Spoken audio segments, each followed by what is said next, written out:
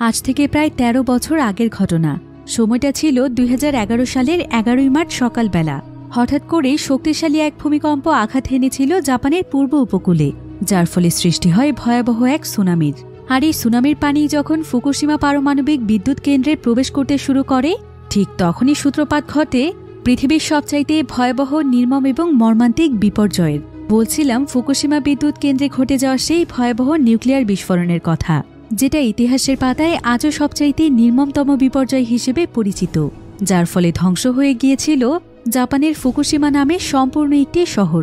এই বিস্ফোরণটি এতটাই ভয়াবহ ছিল যে পুরো শহরে ছড়িয়ে পড়েছিল রেডিয়েশনের মতো বিষাক্ত বাতাস। আর সেই সময় সেখানে এমন পরিস্থিতি তৈরি হয়েছিল যেটার কারণে ধ্বংস হয়ে যেতে পারত পুরো জাপান। কিন্তু সেই পারমাণবিক বিদ্যুৎ কেন্দ্রে যে সমস্ত শ্রমিকেরা কাজ করত, তারা সেই সময় তাদের দেশ এবং পুরো দেশের মানুষকে বাঁচানোর জন্য এমনভাবে নিজেদের জীবন বাজি রেখে ঝাঁপিয়ে পড়েছিল, যেটা ইতিহাসের পাতায় আজও স্মরণীয় হয়ে আছে। তাদের মধ্যে ছিল বীরত্ব এবং সাহসিকতা। তারা তাদের মন থেকে সম্পূর্ণভাবে মুছে ফেলেছিল মৃত্যুর ভয়। তবে তারা তাদের এই বীরত্ব আর সাহসিকতা দিয়ে দেশ এবং দেশের মানুষদেরকে তো বাঁচিয়েছিল ঠিকই, কিন্তু তার বিনিময়ে বিসর্জন দিতে হয়েছিল তাদের নিজেদের জীবন। তাদের আত্মত্যাগের এই নির্মম ঘটনা কাঁদিয়েছিল পুরো বিশ্বকে। আর আজকের ভিডিওতে আমরা এই নির্মম সত্য ঘটনা সম্পর্কেই জানব। সেদিন সেই পারমাণবিক বিদ্যুৎ কেন্দ্রের ভেতর তাদের সঙ্গে কি কি ঘটেছিল, আর কিভাবেই বা তারা বাঁচিয়েছিল নিজের দেশ এবং দেশের মানুষকে, সেটাই আমরা জানব ২০২০ সালে রিলিজ হওয়া মুভি ফুকুশিমা 50 এর গল্পে। তাহলে চলুন ঘুরে আসা যাক ইতিহাসের এক নির্মম সত্য ঘটনা থেকে।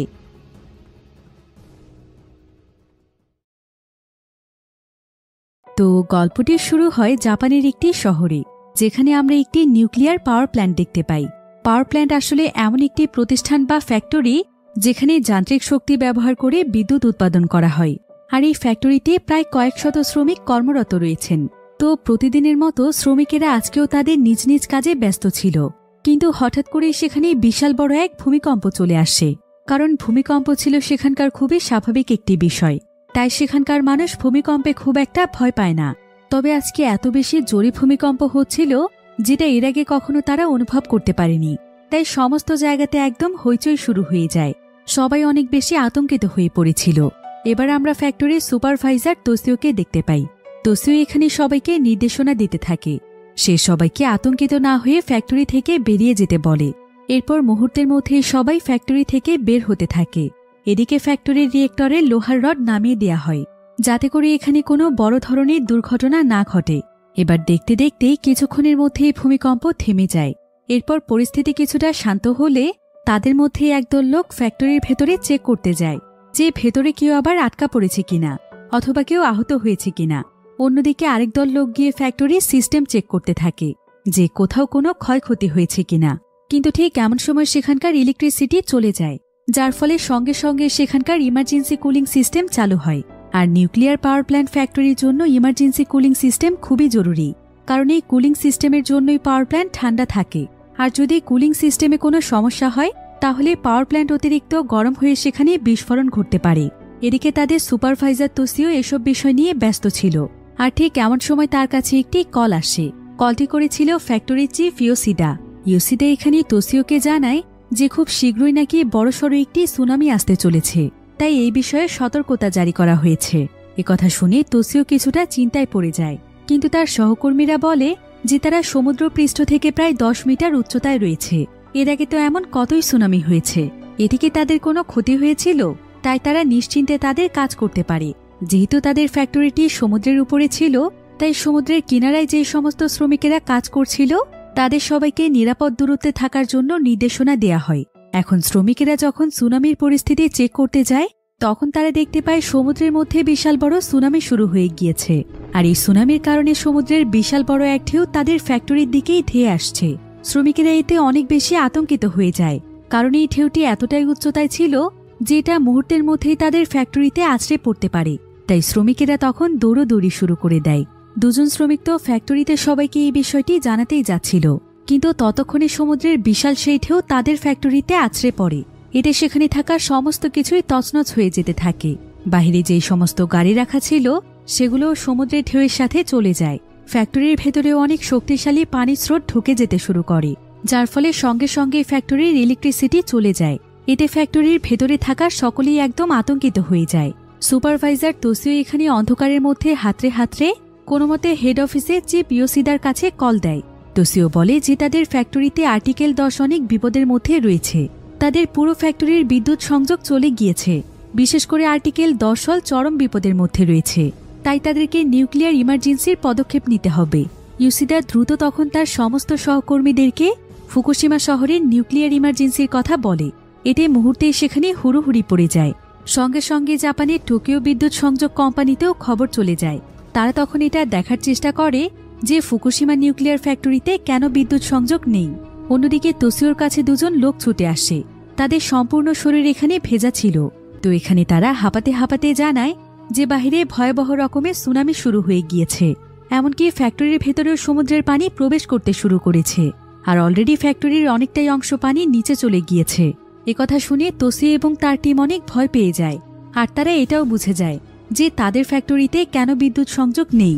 এদিকে হেড অফিসে এখানকার সুনামির খবরও পৌঁছে যায়। ইয়োশিদা তখন তাদের দমকল বাহিনীর ট্রাক রেডি করতে বলে, কারণ যেহেতু সেখানে অনির্দিষ্ট সময়ের জন্য বিদ্যুৎ সংযোগ বন্ধ হয়ে গিয়েছে, তাই যে কোনো সময় রিয়েক্টর গরম হয়ে ব্লাস্ট হতে পারে। এই কারণে সে দমকল বাহিনীকে প্রস্তুত থাকতে বলেছে, যাতে করে সময় মতো রিয়েক্টর ঠান্ডা করা যায়। কিন্তু এখানে খবর আসে যে দমকল বাহিনীর 3টি ট্রাকের মধ্যে 2টো ট্রাকে সুনামির কারণে নষ্ট হয়ে গিয়েছে, আর একটি ট্রাকের পানি দিয়ে তেমন কিছুই হবে না। এদিকে তোসিও তার দলকে নির্দেশনা দিতে থাকে যে কিভাবে তারা ফ্যাক্টরির রিয়েক্টর চেক করতে যাবে। এরপর দেখা যায় বিদ্যুতের অভাবে রিয়েক্টর অনেক বেশি গরম হয়ে গিয়েছে, কারণ এখানে কুলিং প্রসেস পুরোপুরিভাবে বন্ধ ছিল। এখন কোনোভাবেই রিয়েক্টরটিকে ঠান্ডা করা যাচ্ছে না, আর রিয়েক্টর যদি এভাবেই গরম হতে থাকে তাহলে খুব অল্প সময়ের মধ্যে এখানে বিশাল বড় এক বিস্ফোরণ ঘটবে, যার ফলে এখানে রেডিয়েশন শুরু হয়ে যাবে। আর রেডিয়েশন এতটাই ভয়াবহ হতে পারে যে এই পুরো শহরটি বিষাক্ত গ্যাস দিয়ে ভরে যাবে, আর এই গ্যাস যেই মানুষের শরীরের ভেতর প্রবেশ করবে সেই বিষক্রিয়ায় সঙ্গে সঙ্গেই মারা যাবে। চারিদিকে ছড়িয়ে পড়বে মৃত্যুর মিছিল। তাই ফ্যাক্টরির সবাই অনেক আতঙ্কিত হয়ে যায়। এখন তাদের প্রধান কাজ হলো রিয়েক্টরে পানি দিয়ে রিয়েক্টরটিকে ঠান্ডা রাখা, তাই তারা তখন এ কাজের জন্যই প্রস্তুতি নিতে থাকে। অন্যদিকে গভর্নমেন্টের পক্ষ থেকে জরুরি একটি মিটিং বসে। জাপানের প্রধানমন্ত্রী এখানে ইয়োশিদাকে ডাকে, যে কিনা ছিল নিউক্লিয়ার সিকিউরিটি চিফ। সে এখানে তার সঙ্গে অনেক রাগারাগি করে, তবে এখন এসব বিষয় নিয়ে তর্ক করার মোটেও সময় ছিল না। তাই সঙ্গে সঙ্গে খবর পৌঁছে দেওয়া হয় আমেরিকায়। আমেরিকার জাপান দূতাবাস এই নিয়ে চিন্তিত, কারণ দুর্ঘটনা ঘটলে জাপানে থাকা আমেরিকান নাগরিকরাও বিপদে পড়বে। এদিকে পাওয়ার প্ল্যান্টে তোসিওর পাঠানো কয়েকজন লোক ফ্যাক্টরির ভেতরে যায়। তারা সোজা ফ্যাক্টরির ইউনিট 1-এ চলে আসে। তবে এখানে এসে তারা একদম অবাক হয়ে যায়, কারণ তারা দেখতে পায় যে এখানকার বাতাসে অনেক বেশি রেডিয়েশন, যার মাত্রা ছিল প্রায় 1.2%। তারা তখন দ্রুত পানির ভাল্ব খুলে রিয়েক্টরে পানি পাঠায় এবং তাড়াতাড়ি করে সেখান থেকে ফিরেও আসে। এরপর সেখানে থাকা রেডিয়েশনের কথা তোসিওকে জানানো হলে তোসিও এই খবরটি সঙ্গে সঙ্গে হেড অফিসে পৌঁছে দেয়। তারা কেউই বুঝতে পারছিল না যে রেডিয়েশন এত বেশি কিভাবে বেড়ে গেল। এখন এমন ভয়াবহ পরিস্থিতি তারা কিভাবে মোকাবেলা করবে সেটা নিয়ে তারা সবাই সিদ্ধান্তহীনতায় ভুগছিল। এতে তাদের সকলের মধ্যে বিভিন্ন বিষয় নিয়ে ঝগড়া শুরু হয়ে যায়। অন্যদিকে প্রেসিডেন্ট একটি সংবাদ সম্মেলন ডেকে সেখানে ফুকুশিমায় ঘটা ঘটনা আর নিউক্লিয়ার ইমার্জেন্সির কথা বলে। এমনকি সে সেখানকার মানুষদেরকে সাবধান থাকতে বলে, কারণ রেডিয়েশনের ফলে এখন পুরো শহর ঝুঁকিতে রয়েছে। এখন এই সংবাদ সম্মেলনের মাধ্যমে এই খবরটি পৌঁছে যায় তোসিওর পরিবারের কাছে। তোসিওর পরিবারে আছে তার বৃদ্ধ বাবা, তার স্ত্রী এবং তার একমাত্র কন্যা। তোসিওর মেয়ে এখানে এই খবরটি শুনে অনেক বেশি ভয় পেয়ে যায়, কিন্তু তার স্ত্রী তার মেয়েকে সান্ত্বনা দিয়ে বলে যে তার বাবা বহুদিন ধরেই সেখানে কাজ করছে, সে নিশ্চয়ই সাবধানে থাকবে, তার কিছুই হবে না। অন্যদিকে আমরা ফুকুশিমা শহরটিকে দেখতে পাই, যেখানে সেই পাওয়ার প্ল্যান্টটি রয়েছে। শহরের মানুষের নিরাপত্তার জন্য শহরের সমস্ত মানুষদেরকে নিরাপদ জায়গাতে নিয়ে যাওয়া হচ্ছে। অন্যদিকে তোসিও এবং তার দল ফ্যাক্টরিতে কোনোমতে বিদ্যুৎ ফিরিয়ে আনার চেষ্টা করছিল। তারা বিদ্যুৎ ফিরিয়ে আনার জন্য এখানে গাড়ির ব্যাটারি ব্যবহার করে। এই ব্যাটারির সাহায্যে তারা বিদ্যুৎ সংযোগ দেওয়ার চেষ্টা করে, কিন্তু হঠাৎ করেই তারা দেখতে পায় যে রিয়েক্টরের প্রেসার প্রায় 600-এর উপরে চলে গিয়েছে, যেখানে স্বাভাবিকভাবে প্রেসার থাকে মাত্র 427 কিলো প্যাসকেল। অর্থাৎ এখন এর প্রেসার রয়েছে প্রায় 1.5 গুণ বেশি, আর এই প্রেসারে রিয়েক্টর যে কোনো সময় ফাটতে পারে। তোসিও এই খবরটি চিফ ইয়োশিদাকে জানায়। ইয়োশিদা তখন জিজ্ঞেস করে, আপনি প্রথমে আমাকে এটা বলুন তো যে রিয়েক্টর আর কতক্ষণ পর্যন্ত ঠিক থাকবে? তোসিও বলে, হয়তো আগামীকাল সকাল পর্যন্ত।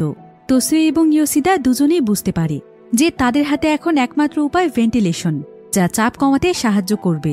তবে বিদ্যুৎ ছাড়া ভেন্টিলেশনের কাজ খুবই ঝুঁকিপূর্ণ, কিন্তু তাদের মধ্য থেকে কাউকে না কাউকে এই ঝুঁকিপূর্ণ কাজটি করতেই হবে, তা না হলে শত শত মানুষের মৃত্যু হবে। ইয়োশিদা তখন তোশিওকে বলে যে যেভাবেই হোক তাকে এখন ভেন্টিলেশনের কাজটি করতে হবে। এরপর তোশিও তার পুরো টিমকে সামনে ডেকে ভেন্টিলেশনের কথা বলে, আর সে তাদের সবাইকে জানায় যে যেখানে গিয়ে ভেন্টিলেশনের কাজটি কমপ্লিট করতে হবে সেই জায়গাটি খুবই ঝুঁকিপূর্ণ হয়ে আছে। এমনকি বিদ্যুৎ না থাকায় জায়গাটি পুরোপুরিভাবে অন্ধকার, আর সেখানে যাওয়ার পর যে কোনো কিছুই ঘটতে পারে। যে সেখানে যাবে সে আর ফিরে নাও আসতে পারে। এসব কথা জানিয়ে সে সবাইকে বলে, আমি তোমাদের কাউকে সেই ঝুঁকিপূর্ণ জায়গাতে যাওয়ার জন্য জোর করব না, কিন্তু যদি কেউ স্বেচ্ছায় সেই জায়গাতে গিয়ে কাজটি কমপ্লিট করতে চাও তাহলে হাত তুলতে পারো। কিন্তু সেখানে থাকা কেউই হাত ওঠায় না, অর্থাৎ তারা কেউই যেতে চায় না, কারণ তাদের প্রত্যেকেরই তো পরিবার আছে, প্রত্যেকেরই জীবনের মায়া আছে। তাই তোশিও তখন বলে যে সে নিজেই সেখানে যেতে চায়, কারণ তার একটি জীবনের বিনিময়ে যদি শত শত মানুষের প্রাণ বেঁচে যায় তাহলে সেই কাজ থেকে সে কখনোই পিছু সরে যাবে না। তবে সেই কাজটি হয়তো সে একা কমপ্লিট করতে পারবে না, তার একজন সঙ্গীর প্রয়োজন। তাই আর কেউ কি তার সাথে যেতে চায়? তোশিওর কথা শুনে এবার অনেকেই যেতে রাজি হয়, কিন্তু সেখানে থাকা একজন বলে যে তোশিও যেন সেখানে না যায়, কারণ তোশিও হচ্ছে তাদের লিডার। সে চলে গেলে তার যদি কিছু হয়ে যায় তাহলে তাদেরকে নির্দেশনা দেওয়ার মতো কেউ থাকবে না, তাই প্রয়োজনে তারা সেখানে যাবে। এরপর সবাই সেখানে যেতে রাজি হলে তোশিও অনেক খুশি হয়, আর সে তাদের সবাইকে মন থেকে ধন্যবাদ জানায়। সে তখন 2 জন করে 3টি 6 জনের দল তৈরি করে। এরপর তারা সবাই মিলে তাদের সম্পূর্ণ পরিকল্পনা করে, আর কাকে কি দায়িত্ব পালন করতে হবে তা নিখুঁতভাবে বুঝিয়ে দেয়। এখন দেখতে দেখতে এই ভূমিকম্পের প্রায় 14 ঘন্টা সময় পার হয়ে গিয়েছে। ফুকুশিমা পাওয়ার প্ল্যান্টের আশেপাশে প্রায় 15 কিলোমিটার পর্যন্ত যতগুলো মানুষ ছিল তাদের সবাইকে নিরাপদ জায়গাতে নিয়ে যাওয়া হয়েছে। এদিকে সেখানকার অধিবাসীরা জিজ্ঞেস করতে থাকে যে ফ্যাক্টরিতে আসলে কি হয়েছে, কিন্তু কেউ তাদের প্রশ্নে তেমন কোনো উত্তর পায় না, কারণ এটা জানাজানি হয়ে গেলে পলিটিক্যাল কিছু ঝামেলা রয়েছে। অন্যদিকে আমরা তোশিওর পরিবারকে দেখতে পাই। তোশিওর পরিবারকেও তাদের বাড়ি থেকে নিরাপদ জায়গাতে নিয়ে যাওয়া হচ্ছে। এদিকে হেড অফিসে ইয়োশিদা খবর পায় যে প্রেসিডেন্ট দুর্ঘটনাস্থল পর্যবেক্ষণ করতে যাচ্ছে। ইয়োশিদা তখন বলে যে তারা সবাই এখন অনেক ব্যস্ত, প্রেসিডেন্টের কোনো প্রোটোকল মানার মতো সময় এখন তাদের হাতে নেই। কিন্তু ইয়োশিদাকে জানানো হয় যে প্রেসিডেন্ট সেখানে যাবে। ইয়োশিদা এখানে কোনো মতে তার রাগ নিয়ন্ত্রণ করে বলে তাহলে প্রেসিডেন্টকে যেন এটা জানিয়ে দেয়া হয় যে তিনি যেন তার সাথে করে যথেষ্ট পরিমাণ গ্যাস মাস্ক নিয়ে আসেন। কিন্তু ইয়োশিদা তখন জানতে পারে যে প্রেসিডেন্ট অলরেডি বেরিয়ে গিয়েছেন, তাই তার এখন কোনো মাস্ক নেয়ার সুযোগ নেই। মাস্কের ব্যবস্থা তাদেরকেই করে দিতে হবে। ইয়োশিদা তখন রেগে গিয়ে বলে, কিন্তু মাস্কগুলো তো শুধুমাত্র কর্মীদের জন্য, তাদের জীবন এখন ঝুঁকির মধ্যে রয়েছে, তারা শহরটিকে বাঁচানোর জন্য লড়াই করছে, কিন্তু তারা কিভাবে সার্ভাইভ করবে সেটা কি আপনারা ভেবে দেখেছেন, নাকি প্রেসিডেন্টই সবকিছু? এরপর ইয়োশিদাকে বলা হয় যে প্রেসিডেন্ট যাওয়ার পরে ভেন্টিলেশনের কাজ শুরু করতে, কিন্তু ইয়োশিদা এতে প্রচণ্ড রেগে যায়, কারণ তাদের হাতে অপেক্ষা করার মতো কোনো সময় ছিল না। কিন্তু এখন যেহেতু প্রেসিডেন্টের পক্ষ থেকেই নির্দেশনা এসেছে, তাই বাধ্য হয়ে তাকে এসব নির্দেশ অক্ষরে অক্ষরে পালন করতে হবে। এদিকে দেখা যায় ফায়ার সার্ভিসের ফায়ার ট্রাক ফুকুশিমা শহরে গেলেও সেটাকে ভেতরে ঢুকতে দেয়া হয় না, কারণ এখন এই এরিয়াতে প্রেসিডেন্ট আসতে চলেছে। তাই প্রেসিডেন্ট আসার আগ পর্যন্ত তাদের সবাইকে অপেক্ষা করতে বলা হয়। যদিও ফায়ার ফাইটারদের লিডার এখানে অপেক্ষা করতে চাইছিল না, কিন্তু তারপরও বাধ্য হয়ে তাদেরকে সেখানে অপেক্ষা করতে হয়। এবার সেখানে প্রেসিডেন্ট পৌঁছলে তাকে নিরাপত্তার পোশাক পরতে বলা হয়, কিন্তু প্রেসিডেন্ট এখানে বলে যে সে সকলের মতো সাধারণ কোনো পোশাক পরবে না, তার জন্য স্পেশাল কিছু নেই। এসব বলে সে নিরাপত্তার কোনো পোশাক না পরেই ভেতরে চলে যায়। এরপর হেড অফিসে এসে এসে ইয়োশিদার সঙ্গে রাগারাগি শুরু করে। সে সবকিছু জানা সত্ত্বেও তাকে জিজ্ঞাসা করে যে এখানে কি হয়েছে। তবে ইয়োশিদা তখন অনেক ধৈর্যের সাথে তাকে সবকিছু আবারও বুঝিয়ে বলে যে পাওয়ার প্ল্যান্টে আসলে কোন জায়গায় কি কি প্রবলেম রয়েছে, আর দ্রুত এই সমস্যাগুলোকে সমাধান না করলে খুব শীঘ্রই তাদের এই ফুকুশিমা শহরটি ধ্বংসস্তূপে পরিণত হবে। এবার প্রেসিডেন্ট ইয়োশিদাকে জিজ্ঞাসা করে যে ভেন্টিলেশনের ব্যাপারে তারা কি করছে। ইয়োশিদা তখন বলে যে তারা একটি সুইসাইড মিশন পরিকল্পনা করেছে। একথা শুনে প্রধানমন্ত্রী একদম অবাক হয়ে যায়। সে তখন বলে, সুইসাইড মিশন? এটা আবার কেমন মিশন? ইয়োশিদা তখন তোশিওর পরিকল্পনা করা সেই মিশনটির ব্যাপারে প্রেসিডেন্টকে খুলে বলে। এরপর দেখা যায় ইয়োশিদা তোশিওকে ফোন করে, আর সে তোশিওকে দ্রুত ভেন্টিলেশনের কাজ শুরু করে দিতে বলে। তোশিওর টিমের ওমরি এবং ইগাওয়া নামের 2 জন বয়স্ক কর্মী রয়েছে, আর তারাই মূলত ভেন্টিলেশনের কাজটি করতে চায়, কারণ যেহেতু তাদের অনেক বয়স হয়ে গিয়েছে তাই তারা নিজে থেকে এই কাজটি তাদের দায়িত্বে নিতে চাইছিল। এরপর ওমরি এবং ইগাওয়া দুজনই রিয়েক্টরের কাছে যাওয়ার জন্য তৈরি হয়ে যায়, কিন্তু এই অক্সিজেন তারা শুধুমাত্র ২০ মিনিট পর্যন্তই ব্যবহার করতে পারবে, অর্থাৎ এই ২০ মিনিটের মধ্যেই তাদেরকে সম্পূর্ণ কাজ সেরে চলে আসতে হবে। তাই তারা খুব দ্রুত সেখানে চলে যায়। সবকিছু ঠিকঠাক আছে দেখে তখন তারা তাদের কাজ শুরু করে দেয়। তাদের কাজটি ছিল ভাল্ব খোলার কাজ। তারা যখনই এখানকার ভাল্ব খুলে দেবে তখন বাকি কর্মীরা এখানে পানি পাঠাবে। এদিকে তারা ফায়ার সার্ভিসের সমস্ত ট্রাকগুলোকেও প্রস্তুত করে ফেলেছিল। তারা এখানে ফায়ার সার্ভিসের ট্রাকের মাধ্যমে নল দিয়ে প্ল্যান্টের ভেতরে পানি পাঠায়। এখানে দেখা যায় ভেতরে সবকিছুই বেশ গরম, রেডিয়েশনের মাত্রা ২০-এর চাইতেও বেশি। তাই এখানে আস্তে আস্তে তাদের দম বন্ধ হয়ে যাচ্ছিল, কিন্তু তারা দুজনই অনেক কষ্ট করে ভাল্বটিকে খুলতে থাকে। তবে তারা দুজন মিলে শুধুমাত্র ২৫% ভাল্বই খুলতে পারে। এরপর সেই জায়গা দিয়েই পানি রিয়েক্টরের ভেতরে ঢুকতে শুরু করে। অন্যদিকে তোসিও দুজনের কার্যক্রম পরীক্ষা করছিল। এভাবেই দেখতে দেখতে ২০ মিনিট পার হয়ে যায়, কিন্তু সময় পার হয়ে যাওয়ার পরেও তারা কেউই ফিরে আসছিল না। তোসিও এতে অনেক বেশি চিন্তিত হয়ে পড়ে। সে তখন নিজেই রওনা দেয় তাদেরকে খোঁজার জন্য, কিন্তু এখানে সবাই তাকে থামানোর চেষ্টা করে আর বলে যে সেফটি স্যুট ছাড়া সেখানে যাওয়াটা বোকামি হবে। কিন্তু ততক্ষণে তোসিওকে আর সেখানে যেতেও হয় না, কারণ সৌভাগ্যবশত তারা দুজন বেঁচে ফিরে এসেছে। তারা তখন জানায় যে তারা দুজন মিলে ২৫% ভাল্ব খুলতে সক্ষম হয়েছে। একথা শুনে তারা সবাই অনেক খুশি হয়ে যায়। সবাই তাদেরকে তাদের এই সাহসিকতার জন্য অভিনন্দন জানায়। এরপর তাদের সেফটি স্যুট চেক করে দেখা যায় যে একজনের স্যুটে রেডিয়েশন ২৫% এবং অন্যজনের স্যুটে ২০%। এতে তারা সবাই একদম চমকে ওঠে, কারণ মাত্র ২০ মিনিটে এত বেশি রেডিয়েশন তো থাকার কথা না। এবার হেড অফিসে বিষয়টি জানানো হলে হেড অফিস থেকে বলা হয় দ্বিতীয় টিম পাঠাতে। আর দ্বিতীয় টিমে রয়েছে ইয়ানু এবং কুডো নামের দুজন ব্যক্তি। তারা দুজন তখন সেখানে চলে যায়, আর তারা সেখানে গিয়ে একদম অবাক হয়ে যায়, কারণ এখানকার বাতাসে অনেক বেশি রেডিয়েশন। কিন্তু তারপরও তারা তাদের কাজ চালিয়ে যাচ্ছিল। তবে জায়গাটা এত বেশি গরম ছিল যে তাদের পায়ের জুতোগুলো মেঝের সাথে লেগে যাচ্ছে, কিন্তু তাদেরকে তো তাদের কাজ করতেই হবে। এরপর দেখা যায় প্রচণ্ড গরমে তারা আর সেখানে টিকতেই পারছিল না, তাই ব্যর্থ হয়ে তারা সেখান থেকে ফিরে আসে। এখানে দেখা যায় দুজনের অবস্থাই বেশ খারাপ হয়ে গিয়েছে, কিন্তু তারা ফিরে এসে অনেক আফসোস করতে থাকে, কারণ তাদের কাজটি অপূর্ণ রয়ে গিয়েছে। তাই তারা দুজন আবার সেখানে যেতে চায়, কিন্তু তাদের শরীরের অবস্থা দেখে তোসিও আর তাদেরকে সেখানে যেতে দেয় না। এবার তাদের স্যুটের রেডিয়েশন পরীক্ষা করে দেখা যায় যে রেডিয়েশন প্রায় ১০০-এর কাছাকাছি, যা ছিল ইমার্জেন্সি লিমিট। এখন যে কোনো মুহূর্তে বিস্ফোরণ ঘটতে পারে। এরপর হেড অফিসে ইয়োশিদা যখন এই খবরটি শোনে যে দ্বিতীয় দল তাদের কাজটি করতে ব্যর্থ হয়েছে, সে তখন অন্য কোনো উপায়ে ভাল্ব খোলার চেষ্টা করতে বলে। ইয়োশিদা বলে, আমি এখান থেকে বাতাস পাস করছি, তোমরা কোনো মতে বাতাসটিকে ভাল্ব পর্যন্ত পৌঁছে দেওয়ার ব্যবস্থা করো, যাতে বাতাসের প্রেসারে ভাল্বটি খুলে যায়। যদিও এতে সফল হওয়ার সম্ভাবনা নেই বললেই চলে, কিন্তু তাদেরকে অন্তত চেষ্টা করতে হবে।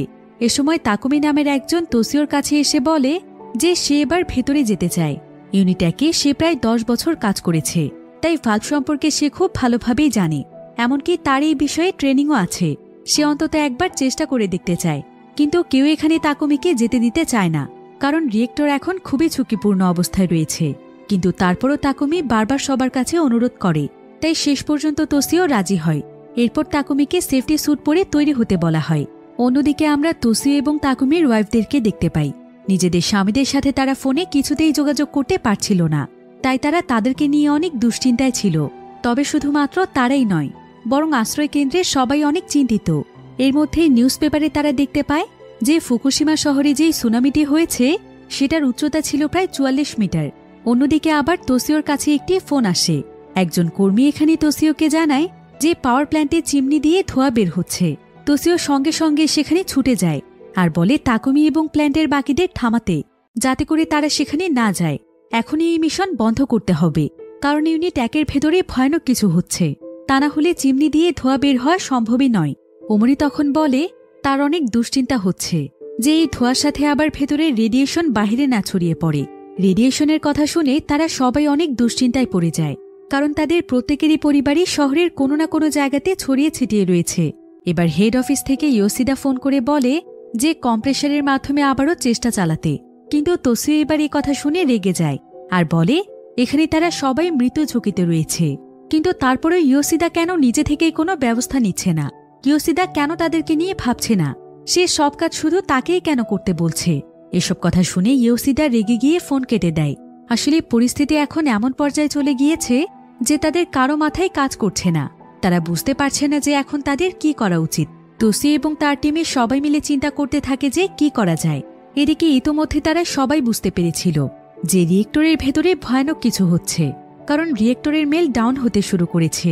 এরপর কর্মীরা তখন দুটো দলে বিভক্ত হয়ে যায়। একটি দলের সিদ্ধান্ত ছিল যে তাদের সবারই এখান থেকে পালিয়ে যাওয়া উচিত, কারণ তারা এখানে থেকেও কিছুই করতে পারবে না।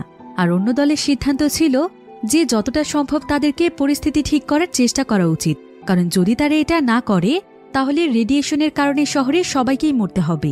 আশ্রয় কেন্দ্রে তো শুধুমাত্র নিয়ে যাওয়া হয়েছে আশেপাশে থাকা কিছু পরিবারকে, যাদের বাড়ি ফ্যাক্টরির অনেক কাছাকাছি অবস্থিত। কিন্তু যদি রেডিয়েশন ছড়িয়ে পড়ে তাহলে তো এটা পুরো শহরে ছড়িয়ে পড়বে, এমনকি এই শহর ছাড়িয়েও অন্য শহরে চলে যেতে পারে। এই রেডিয়েশন এতটাই ভয়াবহ যে মানুষ পালিয়ে যাওয়ার মতো সময়টুকু পাবে না, তার আগেই তারা মারা যাবে। এখানে দুই পক্ষই নিজেদের যুক্তি দিতে থাকে, আর তাদের কথা কাটাকাটির এক পর্যায়ে তাদের মধ্যে হাতাহাতি শুরু হয়ে যায়। তোসিও তাদেরকে কোনো মতে থামায়। এই শহরের সব বাসিন্দারা তাদের বাড়িঘর ছেড়ে চলে গিয়েছে, শুধুমাত্র এই আশায় যে তারাই সবকিছু ঠিক করে নেবে, অর্থাৎ সবাই তাদের উপর ভরসা করে আছে। এরপর তোসিও বলে যে তার এই শহরেই জন্ম হয়েছে আর এই শহর জুড়ে এসে বেড়ে উঠেছে, তাই এই শহরটিকে বাঁচানো তার নৈতিক দায়িত্ব। তাই তাদের সবাইকে এখানে মিলে কাজ করতে হবে। সবাই মিলেমিশে না থাকলে তারা এই ফ্যাক্টরি আর শহরকে বাঁচাতে পারবে না। এরপর তোসিও বলে ইয়োশিদা যাই বলুক না কেন, তারা এসব কিছু ঠিক করার পরে সে নিজ দায়িত্বে তাদের সবাইকে এখান থেকে বের করবে। এই বলে সে মাথা নিচু করে তাদের সবার কাছে অনুরোধ করে। সে তাদেরকে তার সঙ্গে এখানে থাকতে বলে আর এই রিয়েক্টরকে ঠিক করার কাজে তাকে সাহায্য করার জন্য, কারণ এই শহরটা তো তাদের নিজেদের, তাই শহরটাকে বাঁচানোর দায়িত্বটা তো তাদেরকেই নিতে হবে। এবার দেখতে দেখতেই ভূমিকম্পের প্রায় 24 ঘন্টা সময় পার হয়ে যায়। ঠিক একদিন পর, অর্থাৎ পরের দিন 2টোর সময় হঠাৎ করেই চারিদিকে বিকট এক শব্দ পাওয়া যায়, কারণ হঠাৎ করেই পাওয়ার প্ল্যান্টের ইউনিট 1 বিস্ফোরিত হয়ে গিয়েছে। শব্দটি এতটাই বিকট ছিল যে সকলের কানের পর্দা ফেটে যাওয়ার মতো অবস্থা। দেখতে দেখতেই মুহূর্তের মধ্যে কালো ধোঁয়ায় চারিপাশ ছেয়ে যায়। প্ল্যান্টের পাশের ফ্যাক্টরিতে থাকা তোসিও এবং তার দল প্রচণ্ড জোরে নড়ে ওঠে। সকলেই আতঙ্কিত হয়ে হুড়োহুড়ি শুরু করে। তোসিও সবাইকে বলে যে তারা আশেপাশে যেখানেই মাস্ক পাবে সেটা যেন তারা সঙ্গে সঙ্গেই পরে নেয়, কারণ এই কালো ধোঁয়ায় প্রচুর পরিমাণে রেডিয়েশন রয়েছে। আর বিস্ফোরিত হওয়ার সময় ইউনিট 1-এও কর্মীরা ছিল, তাই তোসিও এবং তার টিম প্রথমেই ইউনিট 1-এ আটকে পড়া এবং আহত কর্মীদেরকে খুঁজে বের করতে যায়। তারা একে একে সবাইকে সেখান থেকে দূরে সরিয়ে নিতে থাকে। এদিকে এই বিস্ফোরণের খবর ছড়িয়ে পড়তে থাকে সবখানে। প্রথমে এই খবর হেড অফিসে যায়, এরপর যায় প্রেসিডেন্টের কার্যালয়ে। ধীরে ধীরে মিডিয়ার মাধ্যমে পুরো শহরের সবাই জানতে পারে যে ফুকুশিমা পাওয়ার প্ল্যান্ট বিস্ফোরিত হয়েছে। ফুকুশিমাবাসীরা এতে প্রচণ্ড রকমের ভয় পেয়ে যায়। তারা বুঝে যায় যে তারা কেউই আর বাঁচতে পারবে না, কারণ তাদের আশ্রয় কেন্দ্রটিও ছিল ফুকুশিমা শহরেই অবস্থিত। এখানে দেখা যায় সবার ক্ষোভ ছিল পাওয়ার প্ল্যান্টের কর্মচারীদের উপর, কারণ তাদের ধারণা ছিল যে তাদের কারণে এই বিস্ফোরণ ঘটেছে। এখানে আমরা তোসিও এবং তাকুমির ওয়াইফকে দেখতে পাই। তোসিওর ওয়াইফের নাম ছিল তোকোমো আর তাকুমির ওয়াইফের নাম ছিল কানাক। তো তোকোমো এখানে কানাককে বলে যে সে যেন তার গায়ে থাকা জ্যাকেটটি খুলে ফেলে, কারণ তার জ্যাকেটের মধ্যে ফুকুশিমা পাওয়ার প্ল্যান্টের একটি লোগো রয়েছে। আর এখানকার মানুষ পাওয়ার প্ল্যান্টের কর্মীদের উপর যেভাবে ক্ষেপে আছে, তাই তারা যদি কানাকের গায়ে এই জ্যাকেট দেখতে পায় তাহলে হয়তো তারা কানাকের উপরেই ঝাঁপিয়ে পড়তে পারে। এখানে থাকা প্রত্যেকেই তাদের নিজ নিজ পরিবার নিয়ে চিন্তিত ছিল। এরপর আমরা টোকিওর মেয়ে হারুকাকে দেখতে পাই। হারুকা এখানে ফোনে তার বয়ফ্রেন্ডের সঙ্গে কথা বলছিল। তার বয়ফ্রেন্ডের নাম ছিল আইজু। সে আসলে তাকে এটা জানার জন্যই ফোন করেছে যে আইজু ঠিক আছে কিনা, আইজু যেন সাবধানে থাকে। হারুকা তার বাবা তোসিওকে নিয়েও অনেক দুশ্চিন্তায় ছিল। সে কাল থেকেই তার বাবার সঙ্গে যোগাযোগ করার অনেক চেষ্টা করছে, কিন্তু কিছুতেই এটা সম্ভব হচ্ছে না। সে শুধু এটা জানতে পারলেই একটু শান্তি পেত যে তার বাবা সুস্থ আছে। আসলে হারুকার সাথে তার বাবার সবসময় ঝগড়া হতো। তাদের ঝগড়ার মূল বিষয়বস্তু ছিল আইজু। আইজু আসলে হারুকার থেকে প্রায় 16 বছরের বড়, এমনকি সে বিবাহিত, সেই সাথে তার সন্তানও আছে। তাই তোসিওর এই বিষয়টি মোটেও পছন্দ ছিল না যে তার মেয়ে এমন একজন মানুষকে ভালোবাসুক, কারণ তার মেয়ের জন্য আরেকটি সংসারও ভাঙতে পারে। তাছাড়া সেটা কখনোই চায় না যে হারুকার জন্য অন্য আরেকজন মেয়ের সংসার নষ্ট হয়ে যাক। তোসিও আসলে সবসময় ন্যায় এবং নিষ্ঠার সঙ্গেই থেকেছে। সে অনেক সৎ মানুষ। আজ পর্যন্ত তার দ্বারা কখনোই কোনো মানুষের ক্ষতি হয়নি। হারুকার বয়ফ্রেন্ড আইজুর বয়স ছিল প্রায় 40 বছরের কাছাকাছি। তাই তোসিওর ধারণা ছিল যে 40 বছর বয়স্ক একজন লোকের সাথে হারুকা কখনোই সুখী হতে পারবে না। কিন্তু হারুকার ধারণা ছিল একদমই উল্টো। হারুকা মনে করে যে সে তার ভালোবাসার মানুষের সাথেই সুখে থাকবে। তাই এ বিষয় নিয়ে সবসময় তাদের বাবা মেয়ের মধ্যে দ্বন্দ্ব থাকত। কিন্তু আজ এসব কথা ভেবে হারুকা দীর্ঘশ্বাস ফেলে। আজ তার বাবার কথা তার অনেক মনে পড়ছে। অন্যদিকে আমরা তোসিওকে দেখতে পাই। তোসিও তার সমস্ত কর্মীদেরকে একত্রিত করে। এরপর সে সকলকে উদ্দেশ্য করে বলে যে এখানে তাদের মধ্যে যাদের বয়স কম তারা যেন এখান থেকে চলে যায়, কারণ তাদের পুরোটা জীবন পড়ে আছে, আর তাদের পরিবার তো তাদের দিকেই চেয়ে রয়েছে। তাদের কিছু হয়ে গেলে তাদের পরিবারের কি হবে, তাই তারা যেন এখান থেকে চলে যায়। দেশকে দেওয়ার মতো তাদের কাছে এখনো অনেক কিছু রয়েছে। তাদের মধ্যে এখনো অনেক বয়স্ক লোকেরাও বেঁচে আছে, তাই যদি কোনো বিপদ হয় তাদেরই আগে জীবন দেওয়া উচিত। যদিও প্রথমে কেউই তোসিওকে ছেড়ে যেতে চাইছিল না, কিন্তু তার এসব কথা শুনে কয়েকজন কম বয়সী কর্মীরা বেরিয়ে যায়। এদিকে এই দমবন্ধকর পরিবেশ হালকা করতে একজন ব্যক্তি ক্যামেরা নিয়ে এগিয়ে আসে আর বলে, আমরা আমাদের দেশের জন্য প্রাণ দিতে যাচ্ছি, তাই দেশের জন্য আমাদের একটি শেষ স্মৃতি রেখে যাওয়া উচিত, যাতে পরবর্তী প্রজন্ম আমাদেরকে দেখে ভালো কিছু শিখতে পারে, যে তারা স্মৃতি হিসেবে তাদের জীবনের শেষ একটি ছবি তুলে রাখবে। তাই তারা সবাই মিলে একে একে সবার ছবি তুলে দেয়। তাদের আসলে তাদের জীবন নিয়ে কোনো ভয় ছিল না। তাদের ভয় ছিল শুধুমাত্র একটাই, যে তারা তাদের শহরটাকে বাঁচিয়ে যেতে পারবে কিনা। এরপর তারা সেখানে তাদের মনকে একটু হালকা করার জন্য মজা করছিল। কিন্তু তাদের মধ্যে একজন বলে ওঠে যে তারা সবাই মিলে কিভাবে এতটা স্বাভাবিক থাকতে পারছে। তারা কি জানে না যে নিউক্লিয়ার বিস্ফোরণে মারা যাওয়াটা কতটা ভয়াবহ? তাদের দাফন করার জন্য লাশটা পর্যন্ত পাওয়া যাবে না। একথা শুনে তোসিওর অনেক মন খারাপ হয়ে যায়। তার চোখের সামনে অতীতের কথা ভাসতে থাকে। তোসিও আসলে ছোটবেলা থেকেই নিউক্লিয়ার সম্পর্কে অনেক আগ্রহী ছিল। স্কুলে পড়ার সময় সে একবার নিউক্লিয়ার রিয়েক্টর দেখতে যায়। এরপর থেকেই তার ইচ্ছে ছিল যে সেই নিউক্লিয়ার পাওয়ার প্ল্যান্টেই কাজ করবে। এই সমস্ত স্মৃতি তার চোখের সামনে ভাসতে থাকে। অন্যদিকে আমরা আমেরিকার সৈন্যদের একটি মিটিং দেখতে পাই। নিউক্লিয়ার দুর্ঘটনায় কিভাবে জাপানকে সাহায্য করা যায় তারা সেটা নিয়ে মিটিং করছিল। একজন সেনা সেখানে বলে ওঠে যে সে ছোটবেলায় জাপানে ছিল। তার বাবা ছিল ফুকুশিমা নিউক্লিয়ার প্ল্যান্ট তৈরি করা ইঞ্জিনিয়ারদের মধ্যে একজন। ফুকুশিমা পাওয়ার প্ল্যান্টের সঙ্গে তার অনেক স্মৃতি জড়িয়ে আছে, তাই সে তাদের সবাইকে মনে প্রাণে সাহায্য করতে চায়। অন্যদিকে আমরা আবারও ফুকুশিমা পাওয়ার প্ল্যান্ট দেখতে পাই। এরপর ইয়োশিদা তোসিওকে ফোন দিয়ে বলে যে সে চেক করে দেখতে পেয়েছে যে পাওয়ার প্ল্যান্টের ইউনিট 3-এও রেডিয়েশন অনেক বেশি হচ্ছে। যে কোনো মুহূর্তে সেটিও বিস্ফোরিত হতে পারে, তাই সেখানে যারা রয়েছে তাদেরকে যেন দ্রুত সেখান থেকে সরিয়ে আনা হয়। আর এই কাজটি কমপ্লিট হলে তোসিও যেন তাকে সবকিছু এসে জানায়। তোসিও তখন বলে যে এখানকার পরিস্থিতি এখন এতটাই ভয়াবহ যে সে চাইলেও এখন এখান থেকে বের হতে পারবে না। ইয়োশিদা তখন বলে যেভাবেই হোক তাকে যেতেই হবে, কারণ সেই তাদের সবার লিডার, সেই একমাত্র মানুষ। ওখানে আসলে কি হচ্ছে তার সবচাইতে ভালো সেই বলতে পারবে। কিন্তু তোসিও চিন্তা হচ্ছিল তার কর্মীদেরকে নিয়ে, কারণ সে যদি এখান থেকে চলে যায় তাহলে এখানকার পরিস্থিতি তারা সামলাতে পারবে কিনা সে এটা নিয়েই চিন্তিত। কিন্তু কর্মীদের সবাই এখানে তাকে ভরসা দেয়। সে তাকে সেখানে যেতে বলে আর বলে যে তারাই সবকিছু সামলে নিতে পারবে।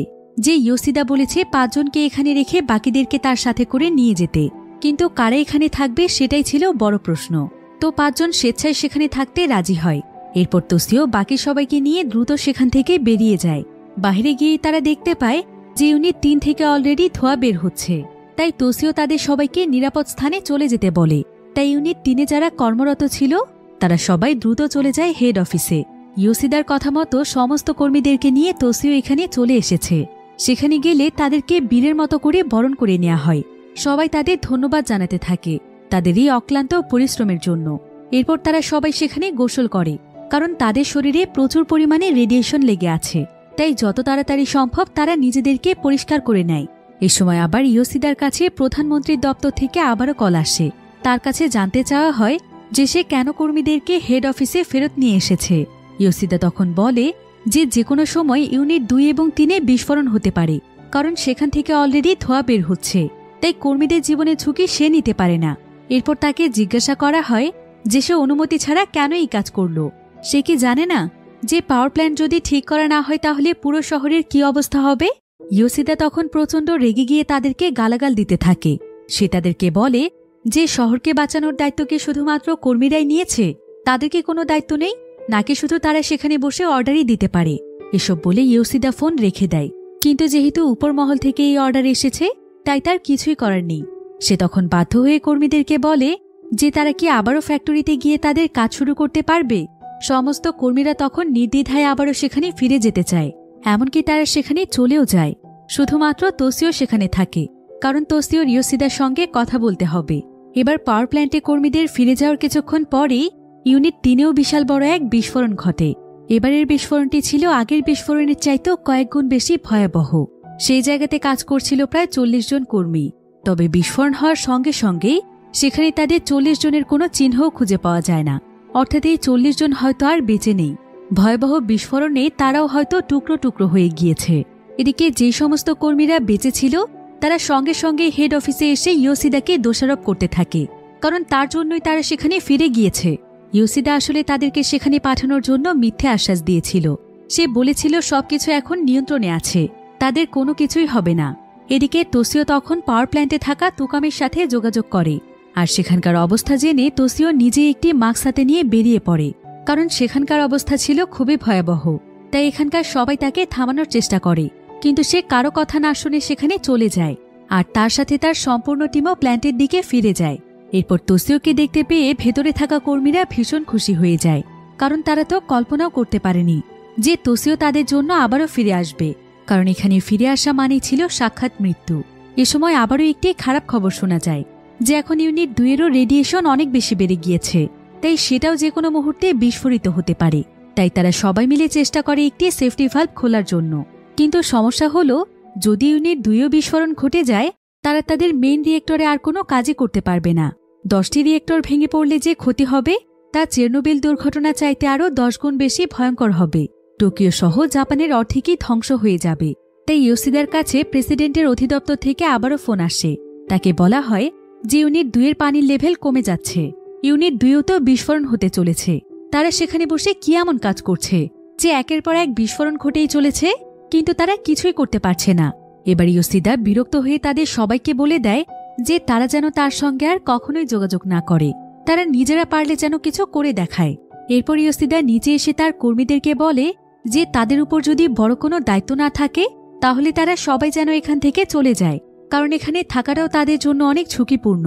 সেখানে উপস্থিত থাকা নিরাপত্তা কর্মীদেরকেও সে একই কথা বলে, কিন্তু কর্মীরা বলে তাদের কাজই হলো দেশের সেবা করা, আর সবার জীবন রক্ষা করার দায়িত্বও হচ্ছে তাদের উপর। তাই তারা নিজেদের জীবন বাঁচাতে এভাবে পালিয়ে যেতে পারে না। ইয়োশিদার তাদের সবার জন্যই অনেক মায়া হচ্ছিল, কিন্তু সে নিজেও চাইলে কিছুই করতে পারবে না। এবার হতাশায় ইয়োশিদা মাটিতে বসে পড়ে। ইয়োশিদার আর বুঝতে বাকি থাকে না যে সবকিছুই শেষ হতে চলেছে, আর এসব কিছু দায়ভার তার উপরে এসেই পড়বে। এখানে সবাই তাকে দেখে বেশ অবাক হয়, কারণ ইয়োশিদা এত সহজে ভেঙে পড়ার মতো লোক নয়। একজন মহিলা কর্মী এখানে তাকে জিজ্ঞাসা করে যে তার কি হয়েছে, কিন্তু ইয়োশিদা তার কথার কোনো জবাব দেয় না। অন্যদিকে প্রেসিডেন্টকে সংবাদকর্মীরা ঘিরে ধরে। তারা এখানে তার কাছে ফুকুশিমা শহরের খবর জানতে চায়, কারণ সেখানে বাহিরের কোনো লোককে ঢুকতে দেওয়া হচ্ছে না। কিন্তু প্রেসিডেন্ট এখানে সেই ব্যাপারে তেমন কোনো তথ্যই দিতে পারে না। এদিকে হেডকোয়ার্টারে সিদ্ধান্ত নেওয়া হয় যে তারা ফুকুশিমা পাওয়ার প্ল্যান্টকে পরিত্যক্ত ঘোষণা করে দিয়ে সমস্ত কর্মীদেরকে সেখান থেকে ফিরে আসতে বলবে। কিন্তু এমন সময় প্রেসিডেন্ট তাদেরকে ভিডিও কনফারেন্সের মাধ্যমে বলে যে এমনটা করা বোকামি হবে, কারণ কর্মীরা যদি কাজ বন্ধ করে দিয়ে সেখান থেকে চলে আসে তাহলে তো মেইন রিয়েক্টরে বিস্ফোরণ ঘটবেই, আর এতে তাদের পুরো অর্ধেক দেশ ধ্বংস হয়ে যাবে।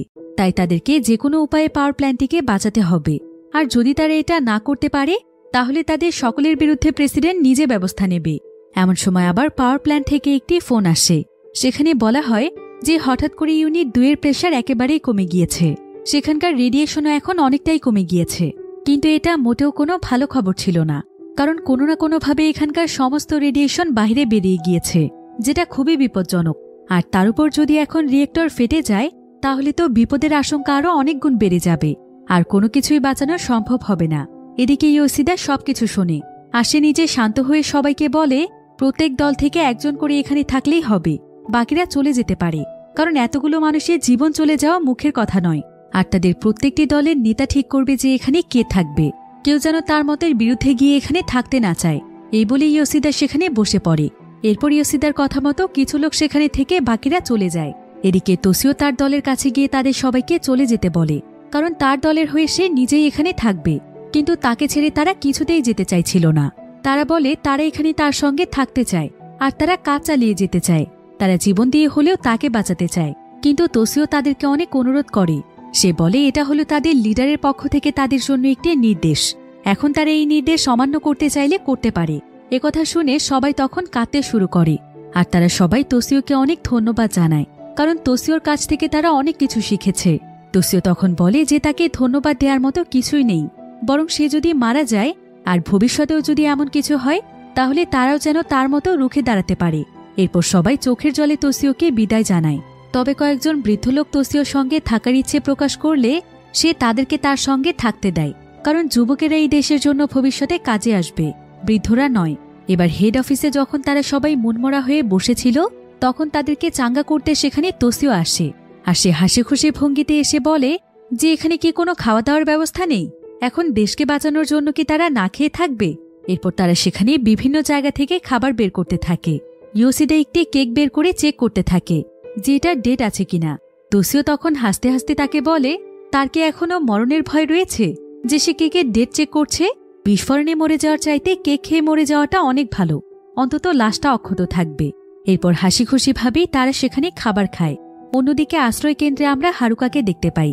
হারুকা এখানে খাবার বন্টনের কাজ করছিল, আর হঠাৎ করেই তার বাবার ফোন থেকে তার কাছে একটি মেসেজ আসে। হারুকা তখন ছুটে গিয়ে তার মাকে সেটা দেখায়। মেসেজটিতে লেখা ছিল, হারুকা আজ থেকে স্বাধীন, সে নিজের জীবন যেভাবে চায় সেভাবেই কাটাতে পারে, কিন্তু কখনো সে যেন এমন কোনো কাজ না করে যেটার দ্বারা অন্য কোনো মানুষের ক্ষতি হয়ে যায়, তাহলে তার বাবা তাকে সবসময় সমর্থন করবে। এখন এই মেসেজটি দেখে তারা অনেক ইমোশনাল হয়ে যায়। তারা তোসিওকে নিয়ে অনেক দুশ্চিন্তায় পড়ে যায় যে কেন তোসিও এই ধরনের মেসেজ পাঠিয়েছে। অন্যদিকে আমরা হেড অফিসের দৃশ্য দেখতে পাই। সবাই এখানে তাদের পরিবারের সঙ্গে যোগাযোগ করার চেষ্টা করছে। কেউ তার স্ত্রীর সাথে ফোনে কথা বলছে, তো কেউ ছেলেকে মেইল পাঠাচ্ছে, কেউ বা আবার নিজের কাছের মানুষকে শেষ বার্তা পাঠাচ্ছে, কারণ তারা সবাই বুঝে গিয়েছিল যে আজকেই হচ্ছে তাদের জীবনের শেষ দিন। এদিকে ইয়োশিদা তার স্ত্রীর কাছে মেসেজ পাঠায়।